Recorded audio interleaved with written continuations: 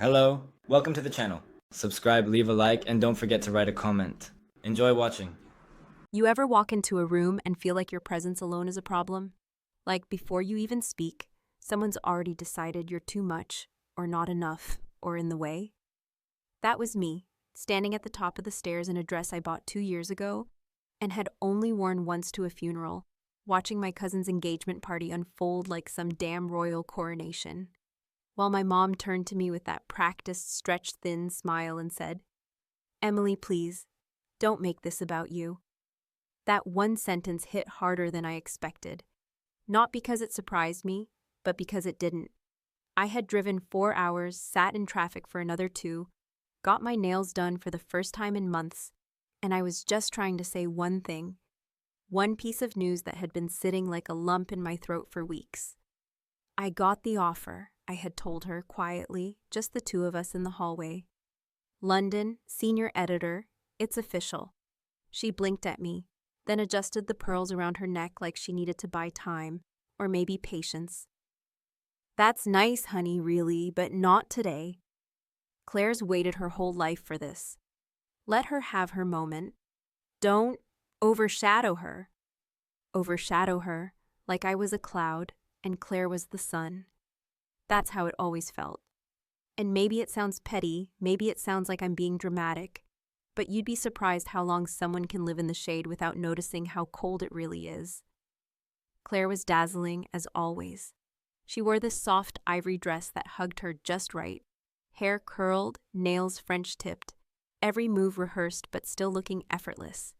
She was the kind of person people watched when she walked into a room, not just because she was beautiful, though she was, but because she knew how to perform joy in a way that made everyone else feel lucky just to be around it. And people ate it up, always had. I watched as my mom fussed over the champagne flutes, positioning herself right in the photos like it was her day too. She never looked at me for more than a second at a time, as if my being there might jinx the whole thing. She introduced me to one of George's cousins, George being the fiancé, of course, and instead of saying, "This is my daughter," she said, "This is Emily, Claire's cousin." That little twist right there told you everything. Mark noticed, as he always did. My older brother had a way of raising one eyebrow that said exactly what I needed to hear without either of us saying a word. He leaned over and murmured, "Wanna bet how long until she mentions Claire graduated summa cum laude again?" I snorted into my drink. At least he was there. At least someone in that room saw me. The engagement party was held at a private event hall, rented out with floral arches, gold accents, signature cocktails named after the couple, the Clary Mary and George on the Rocks, and a playlist that alternated between acoustic Ed Sheeran covers and early 2000s pop. It was all perfectly curated, like one of those Pinterest boards come to life, and every guest played their part, laughing at the right stories, clapping at the right moments, as if the whole thing were choreographed. And me, I was the understudy who showed up to the wrong show. I kept quiet. I didn't bring up the job again. I smiled when people talked to me and nodded along when they asked what I'd been up to, saying things like, "Oh, just work, and the usual." Because if I even hinted at the fact that something good had finally happened in my life, I knew I'd get the look. The one that said, "Can you just not right now?" So I stood back. I let the night play out. I drank a little more than I should have, laughed a little louder than I felt, and pretended I didn't notice when my mother introduced Claire to yet another group of relatives as the one who's always been the achiever. At some point, Claire stepped up onto the small stage near the cake table, the cake itself being a 3-tiered white and gold monstrosity that probably cost more than my rent, and tapped her glass with the back of a fork. The room quieted, phones lifted into recording position, and I felt something twist in my gut. She looked radiant, of course. She always did. But there was something in her eyes as she looked out over the crowd, a flicker of something almost unsure. Like for the first time in her life, maybe she wasn't completely confident in her role. Her gaze scanned the room and then landed on me, held there. She smiled, not the camera-ready kind, but a softer, slower one. The kind you give someone when you're about to drop a bomb and want them to brace for impact. That's when I knew something was about to shift. And maybe, just maybe, this wasn't going to be Claire's perfect night after all. For a second, just one stretched out, high-tension, breath-holding second, the entire room seemed to still. Like someone had taken the whole scene and pressed pause on a remote we couldn't see. Because Claire, standing there with her perfectly manicured hand curled around the stem of a champagne flute, didn't launch into the usual barrage of engagement cliches or soft romantic ramblings about fate and soulmates and how George made her feel complete. Instead, she tilted her head slightly, her eyes still locked on me like I was the only one in the room that mattered. And then she said something that no one, not even I, could have predicted. "Before I get into the thank yous and the sappy stuff," she began, her voice light but steady, with that same performative charm she'd always wielded so effortlessly, "I want to take a moment and talk about someone in this room who, whether she meant to or not, completely changed the course of my life last year." Now that got attention. Heads turned. People murmured. My mom stiffened beside me like someone had yanked a string in her spine, her mouth tightening in that disapproving way she always reserved for moments when things weren't going to plan. I could feel her energy change, like a warning cloud overhead, but I stayed still, eyes locked on Claire, heart doing that slow, thudding thing it did when I didn't know whether I was about to be praised or crucified. Claire continued, her voice steady, clear, and just a touch emotional, though she never let it crack. "Most of you know that last year wasn't easy for me. I took time off, stepped away from work, and most people just assumed I needed a break. But what no one knew, because she never told anyone, is that the only reason I was able to take that time, to fix things, to even meet George, was because Emily stepped in." A silence dropped over the room, that kind of silence that isn't really quiet, because you can still hear glasses clink faintly and someone's baby starting to whimper and an elderly aunt coughing twice in the back, but it feels silent because everyone's ears are suddenly tuned into one frequency, and that frequency was now tuned directly to Claire's confession. "She didn't just pick up my workload," Claire went on, her gaze not breaking from mine, her tone flattening just slightly like she was daring someone to interrupt.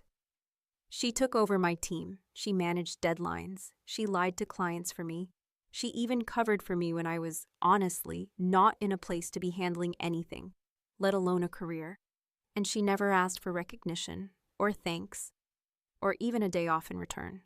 I could feel heat crawling up my neck, that uncomfortable flush that comes not from shame but from exposure, from the spotlight suddenly shining down on you when you'd been living just fine in the wings.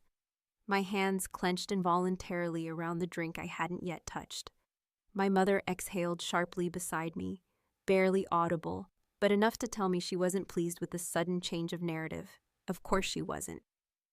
"I met George during that time," Claire said, smiling now, softer, more genuine. "I was volunteering, something I hadn't done since college, because Emily said I needed something outside of my career to reconnect with. And she was right, I did. If she hadn't taken over for me, hadn't covered for me, hadn't said, 'Take the time, I've got this,' I wouldn't be here tonight, engaged, happy, stable." There was a pause.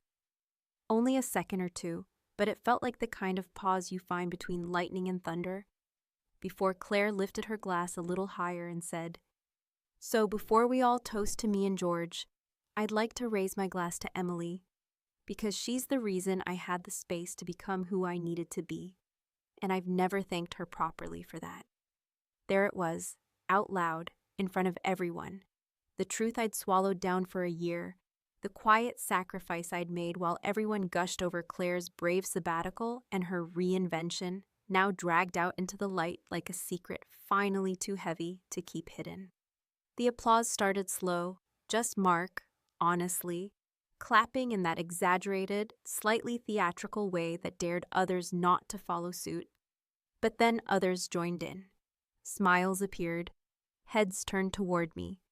I nodded, awkwardly managing a half smile, while every muscle in my body screamed with the kind of anxious disbelief you feel when the truth shows up, uninvited, and settles at the center of the room. But my mother didn't clap. She didn't smile. She leaned in just slightly, her words low and tight like a hiss. What the hell was that? And just like that, the high of the moment snapped. Because while the room was full of celebration and champagne and gratitude, I could feel the tension building beneath the surface, like a rope being pulled too tight. Claire had cracked the veneer, and in doing so, she had broken the rules, our family's silent, stupid rules about who gets to shine and when. And now my mother looked at me like I had orchestrated the whole thing, like I'd planted the seed, manipulated the moment, hijacked Claire's perfect night. She was wrong, of course, but the thing is, in our family, being right rarely mattered more than being quiet. And that, I realized, was about to change, because Claire had just lit a fuse, and none of us knew yet how far the fire would travel. There's a moment, right after a truth has been exposed, where everyone pretends they're still processing, smiling politely, sipping drinks, nodding like nothing seismic just shifted under their feet. And that's the moment I found myself trapped in, surrounded by congratulations I hadn't asked for, and gratitude that felt more like obligation than sincerity. The applause had died down, the speeches moved on, the playlist resumed its soft acoustic hum, and yet the air hadn't returned to normal. It stayed taut, charged, humming with the kind of tension you only notice when you're the one standing in the center of it. People approached me afterward, their smiles too wide, their compliments rehearsed in that awkward tone that comes when people realize they've overlooked someone and are scrambling to rewrite the past in real time. "You're so humble," they said, or "We had no idea you were involved," or my favorite, "You should really speak up more," as if being silent had been some kind of choice, as if being sidelined for years was just a quirky personality trait I'd adopted. But my mother didn't join them. She didn't so much as glance in my direction while the crowd swirled around me. She stood by the punch bowl, stiff and silent, pretending to rearrange a stack of napkins that were already perfectly straight. Her lips pressed so tight they nearly disappeared. I should have walked away. I should have let it go, stayed above it, floated past her bitterness like oil on water. But instead I walked straight toward it, because something in me had shifted. Maybe it was the years of swallowing my pride like pills. Maybe it was the champagne I hadn't meant to finish. Or maybe it was just the sudden realization that, for the first time, I was no longer interested in maintaining the peace at the expense of my own dignity. When I reached her, she didn't look up. "That was unnecessary," she said, her voice barely more than a breath, but sharp enough to cut. "What was?" I asked, feigning innocence but hearing the steel in my own tone. I didn't come for a fight, not exactly, but I wasn't walking away from one either. "That whole little speech," she said, finally meeting my eyes. "Claire had a beautiful moment planned, and you let her hijack it with that stunt. Don't act like you didn't know what she was going to say." I laughed, not loudly, not cruelly, but the kind of laugh that escapes when disbelief meets long-standing resentment, and you can no longer tell which is heavier. "You think I planned that?" I said. "You think I asked her to make a toast about me at her own engagement party?" "I think you let her," she snapped, the heat rising now, her composure slipping just enough to show the raw nerve beneath. "You could have stopped her. You could have redirected it. But no, you stood there and soaked it up like you'd earned it." "I did earn it," I said, my voice low, firm. "You just never thought it was worth acknowledging." She scoffed, like I'd said something absurd. "Claire needed help. You did what family is supposed to do. We don't keep score, Emily. We don't broadcast our sacrifices for applause." "No," I said, "you don't. You hide them, you bury them, and then you praise the ones who shine the brightest, no matter who's burning out underneath them." There was a pause, a long one, the kind that holds the weight of years, not just seconds. Behind us, I could hear laughter, the clink of glasses, Claire's voice rising in a playful toast about George's terrible dancing. The party was moving on, but we were still stuck, frozen in that small corner of the room, tearing at old wounds under the pretense of polite conversation. "You always think you've been treated unfairly," she said finally, her tone icy now. "Like you're some victim in this family, but you're not. You've just never figured out how to take the spotlight without resenting the people who are already in it." I should have walked away then. I should have let her have the last word, as she always did. But instead, I leaned in closer. My voice steady, measured, every word carved from the truth I'd held in for far too long. No, I said, I never resented Claire. I resented the way you treated her like she was the prize and treated me like I was the price she had to pay to get there. Her mouth opened slightly, as if to respond, but nothing came out. Not because she didn't have something to say, she always did, but because I'd hit something real, something raw, something she couldn't spin. Just then, Mark appeared beside me, holding a drink in each hand and wearing that same crooked half smile that told me he'd heard just enough of the conversation to know it was about to implode. "Everything good here?" he asked casually, handing me one of the drinks. "Peachy," I replied, taking the glass without breaking eye contact with my mother. He turned to her, raised his glass in a mock toast. "You know," he said, "I've always wondered how you managed to forget who paid Claire's second semester tuition when the loans didn't come through. It's wild how convenient your memory can be when it serves your favorites." That landed like a slap. Her eyes widened, and for the first time in a very long time, my mother looked at me not with disdain or disappointment, but with something closer to fear, or maybe recognition, like she was finally seeing me, not as the quiet daughter she could mold or dismiss, but as someone who remembered everything she wished we'd forget. We walked away after that. Mark and I didn't say anything for a while. We just stood near the edge of the room, watching Claire dance with George, watching the party swirl back into its curated rhythm, watching as the facade tried to reassemble itself. But I could feel it. Something had cracked, and no matter how much my mother tried to pretend otherwise, it wasn't going back to the way it was. And then, as if the universe had timed it with cruel precision, George approached me, alone, glass in hand, face a little too serious for a man celebrating his engagement. He looked around to make sure no one was listening, then leaned in slightly and said, "Can I ask you something?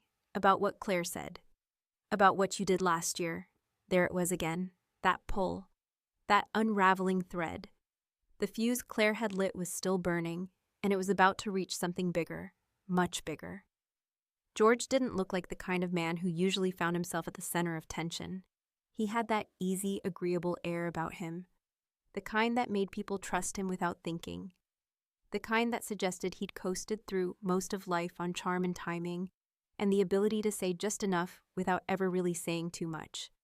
And yet there he was, standing in front of me, shoulders squared but eyes uncertain, holding a drink that had been sweating in his hands so long it looked like he'd forgotten it was even there. He glanced around as if to make sure no one was close enough to overhear, and then, with a kind of careful weight that made me brace myself, asked, "Why didn't you tell anyone?" And that question, simple as it sounded, straightforward as it might have been from someone else, landed like a punch, because it wasn't about the toast, or the promotion I gave up, or the way I'd smoothed over every one of Claire's breakdowns like it was part of my job description. It was about something deeper, something I hadn't even fully admitted to myself until that very moment. The years I'd spent making myself small so other people could stay comfortable. "I didn't tell anyone," I said slowly, deliberately, each word coming out heavier than the last, because I knew it would make things complicated. Claire needed help. She was falling apart and trying so hard to pretend she wasn't, and no one in this family knows how to deal with messy things unless someone else quietly absorbs them. George looked genuinely shaken, the kind of stunned that only happens when someone's entire understanding of a person begins to unravel. "I thought she just wanted a break," he said, his voice low, almost embarrassed. "She told me she was burned out, that she needed to step away, get perspective. I didn't realize how bad it was. I didn't know she had panic attacks. I didn't know she stopped eating for a while. I didn't know she—" He paused, searching my face. "I didn't know it was you holding it all together." I didn't answer right away because there was something in his voice, an ache, maybe, or a guilt, that made me hesitate.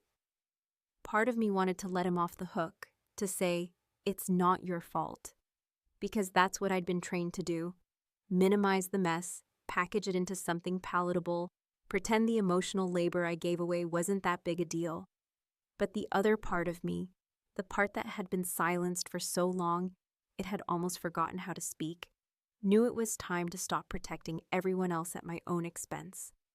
She didn't want anyone to know, I finally said, my voice calmer than I felt. And I didn't want to be the one to break that illusion.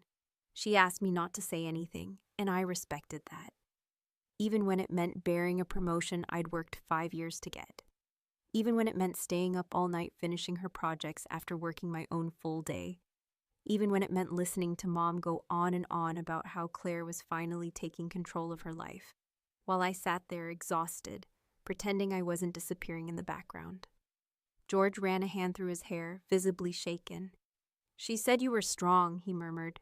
"She always said that. But I think maybe she meant you could survive not being seen." I laughed, not because it was funny, but because it was painfully accurate in a way that hit too close to home. "That's the problem," I said.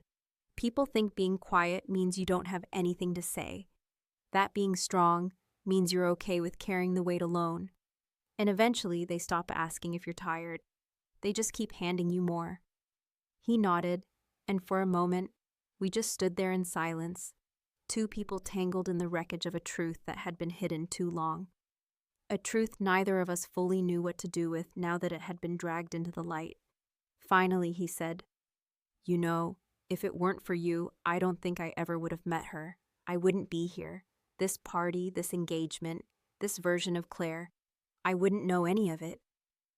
I wanted to say I know, but that sounded arrogant, and I wanted to say you're welcome, but that sounded bitter. So instead, I said the only thing that felt honest. "Just take care of her. She's fragile, whether she admits it or not. She needs someone who doesn't just watch her shine, but sees her when the lights are off too." He nodded solemnly, and for the first time since I met him, I didn't see the polished future husband version of George everyone else saw. I saw a man who was genuinely trying to understand the full picture of the woman he was about to marry. A man who, maybe for the first time, realized love wasn't just about showing up for the fun parts. Later that night, after most of the guests had left and the band was packing up their instruments, Claire found me sitting alone on a bench near the back garden, where the lights were softer and the air cooler, and no one was watching us. She sat beside me without a word, folding her arms around herself like a child who'd just come in from the cold. "I didn't plan the speech," she said eventually, her voice quiet but firm. "It just came out. I was standing there, looking at everyone, and I realized I couldn't pretend anymore. You gave me everything last year, and I let you do it without ever really saying thank you." I looked at her, really looked at her. The perfectly curated exterior, the practiced vulnerability, the cracks she kept trying to glue shut before anyone noticed. And I saw not the golden child, but the scared, tired woman underneath. "You were drowning," I said, "and I did what I always do. I swam for both of us."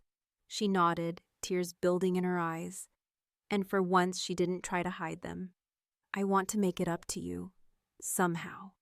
But I didn't want payback. I didn't need a dramatic gesture or a public apology. What I needed, what I'd needed for years, was the space to breathe, to choose myself, to be more than a shadow cast by someone else's spotlight.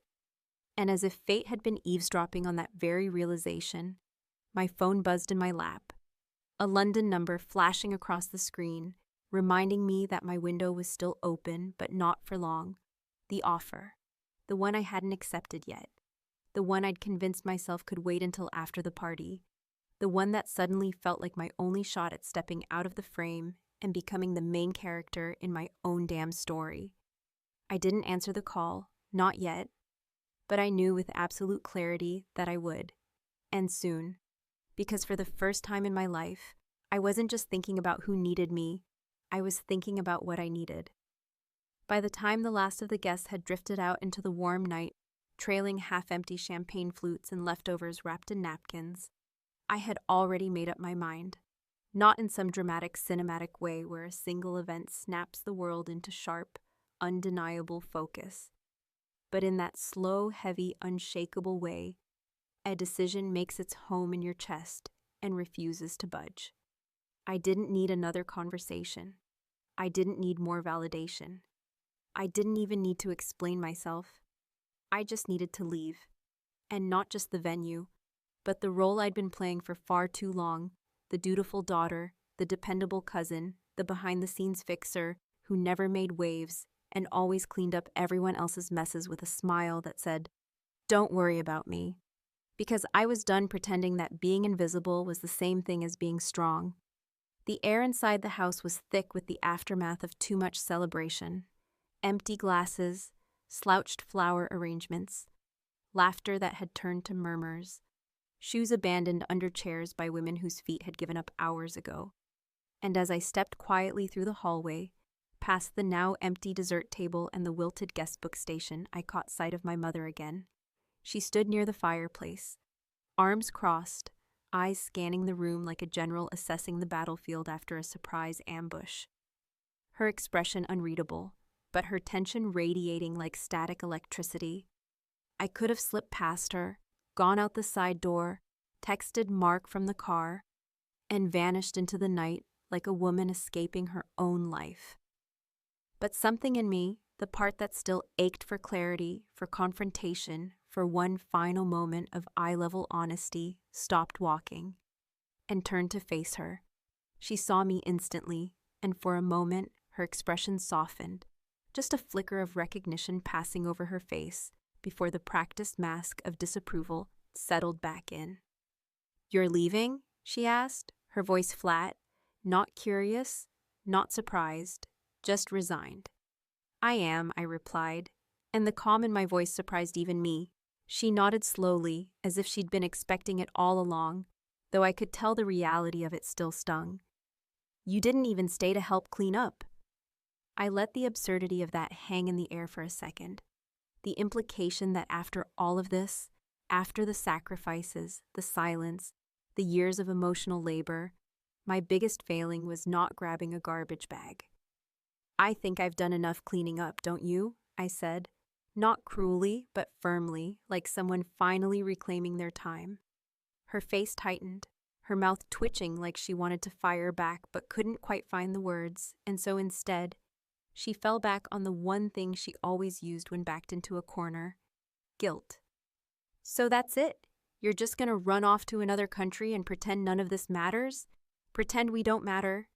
I took a breath, slow and steady, because I knew this wasn't just about geography, or the job, or even the party. This was about control, about the story she'd spent decades writing for me, where I played the supporting role in everyone else's success, where I kept the peace, stayed quiet, and never dared to want more than what was handed to me. "I'm not running," I said.